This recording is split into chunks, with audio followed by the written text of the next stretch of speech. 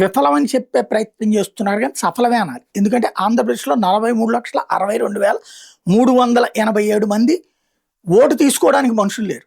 ఇందులో అత్యధికంగా తిరుపతి, నెల్లూరు జిల్లాలో ఉన్నాయి. నిజం.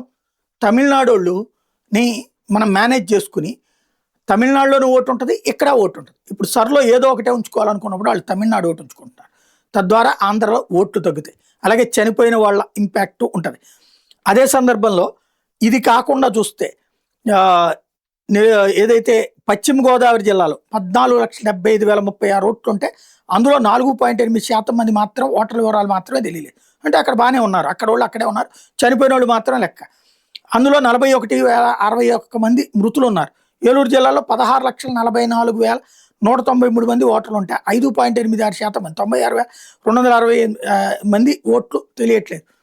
ఇతర రాష్ట్రాలకు వెళ్లి సెటిల్ అయిపోయినటువంటి వాళ్ళ ఓట్లు పక్కకి పోతాయి ఇప్పుడు.